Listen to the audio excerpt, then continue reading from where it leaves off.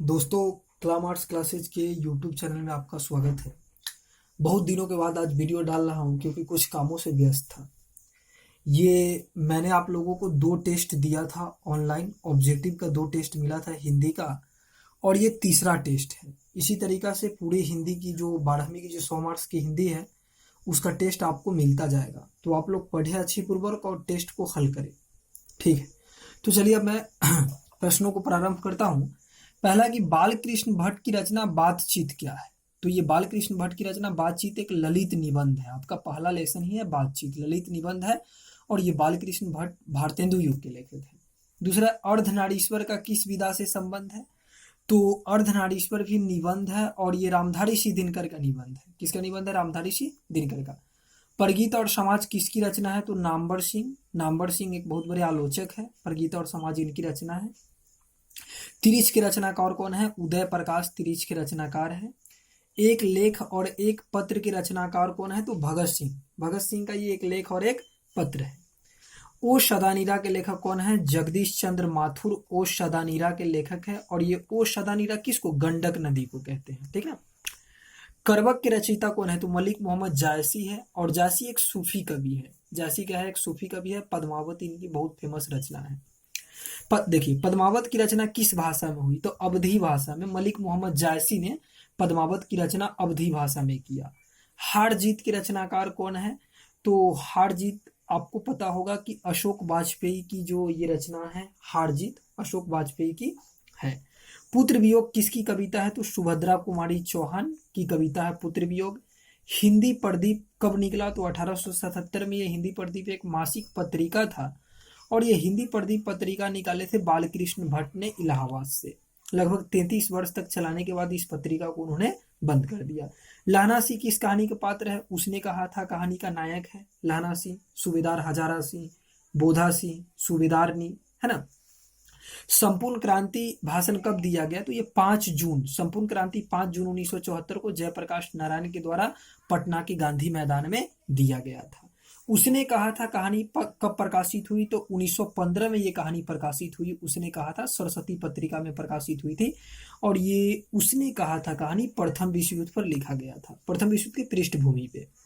तुमुल कोलाहल कलह में शीर्षक कविता के कवि कौन है? जयशंकर प्रसाद है। जूठन गध की कौन सी विधा है? तो यह आत्मकथा है, ओम प्रकाश वाल्मीकि का। चंद्रधर शर्मा गुलेरी का जन्म कब हुआ? 1883 ईस्वी में हुआ था। समालोचना नामक मासिक पत्रिका 1902 में लिखा गया, और चंद्रधर शर्मा गुलेरी ये पत्रिका निकालते थे 1902 में। कछुआ धर्म मोरिस मोही कुठाब निबंध के लेखक कौन है?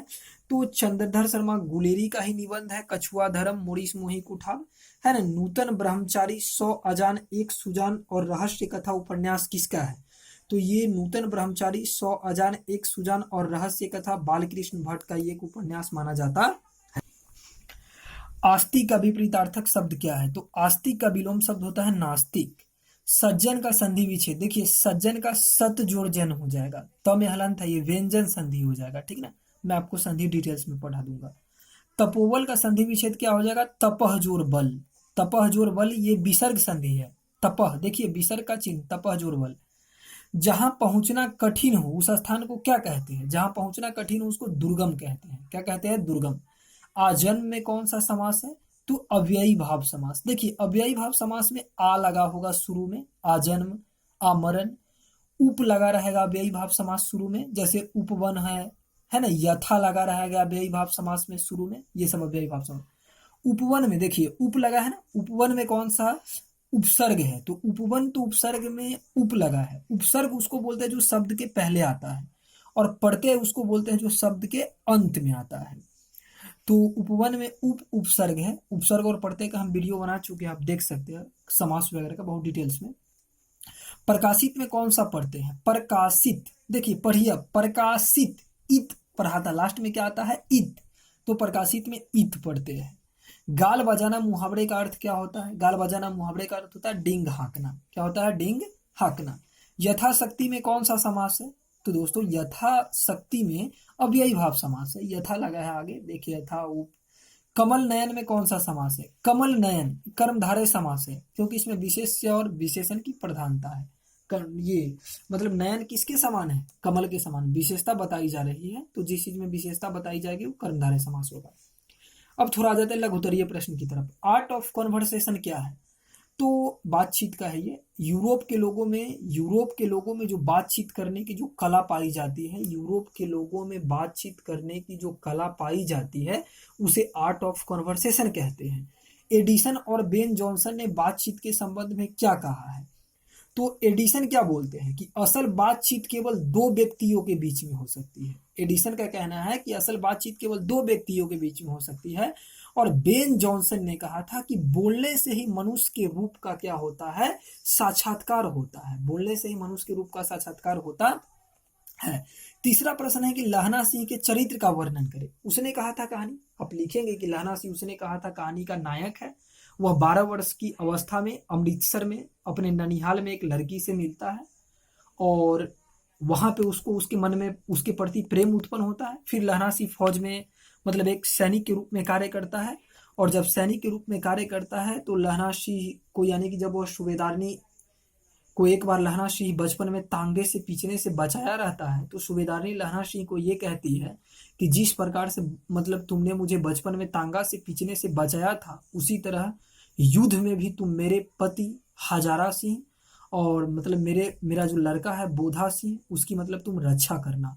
तो लहना सिंह हजारा सिंह और बोधा सिंह का अपना जान पर मतलब बाजी लगा करके खुद अपने आप को मतलब घायल करके अपनी मृत्यु को प्रदान करके भी क्या करता है? उसकी रक्षा करता है। तो लहना सिंह वचन को पूरा करने के लिए बहुत बड़ा वचनबद्ध व्यक्ति है इस कहानी में।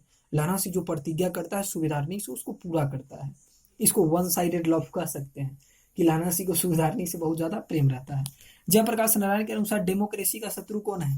तो देखिए जयप्रकाश नारायण ये संपूर्ण क्रांति से ये है, ये जो भाषण जो है, तो जयप्रकाश नारायण का मानना है कि डेमोक्रेसी का शत्रु वो लोग हैं जो जनता को शांतिमय कार्यक्रम में बाधा डालते हैं, जो जनता के शांतिमय कार्यक्रम में बाधा डालते हैं और उन पर गिरफ्तार करके गोलियां चलाते हैं। ये इंदिरा गांधी को कटैच करके बोल रहे हैं। नारी की पराधीनता कब से प्रारंभ हुई? तो दोस्तों जब मानव ने कृषि कार्य, जब इंसान ने खेती बाड़ी कार्य करने का शुरू किया, तो पुरुष बाहर का काम करने लगे और महिलाएं किसका काम करने लगी? घर की काम करने लगी। और तभी से नारी की पराधीनता प्रारंभ हो गई। ये अर्धनारीश्वर पाठ का है।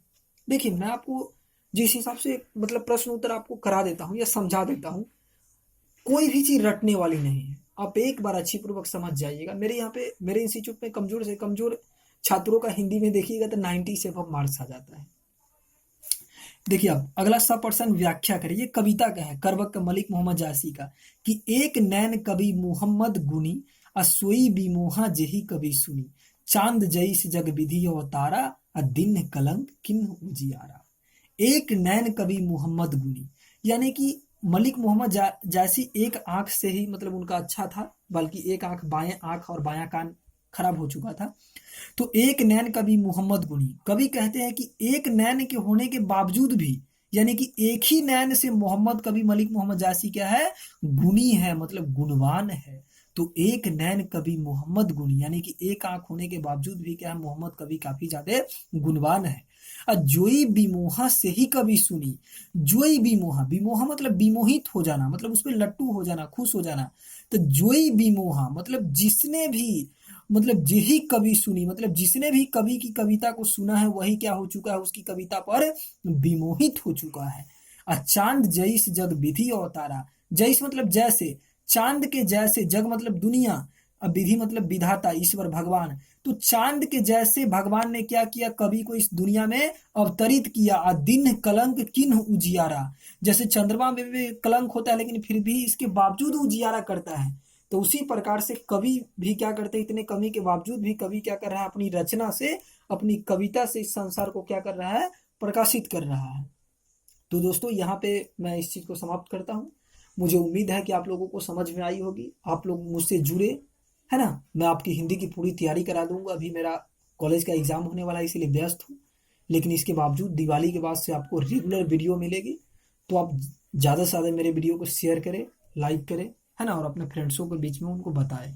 जी ठीक है, धन्यवाद। और आप लोग मन से पढ़ें, जितना सेल्फ स्टडी करेंगे उतना बेहतर रहेगा।